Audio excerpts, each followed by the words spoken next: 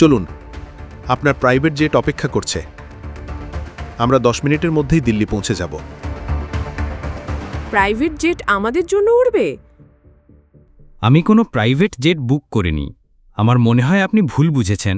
দয়া করে চেক করুন। না স্যার, কোনো ভুল নেই। আপনি ঠিক বলছেন, আপনি জেট বুক করেননি। আসলে এই প্রাইভেট জেটটা নীল চৌধুরী স্যারের, উনিই আদ্রিতা ম্যামের জন্য পাঠিয়েছেন।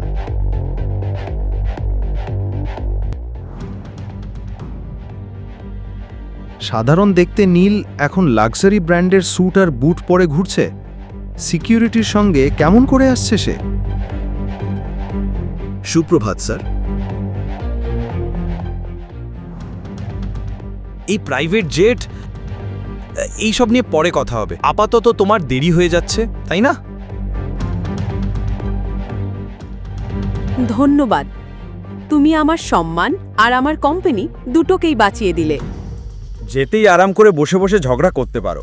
ফ্লাইটে ত্রুটি খুঁজে স্বামী হিসেবে আমার দায়িত্ব তো পালন করতেই হবে। চলো।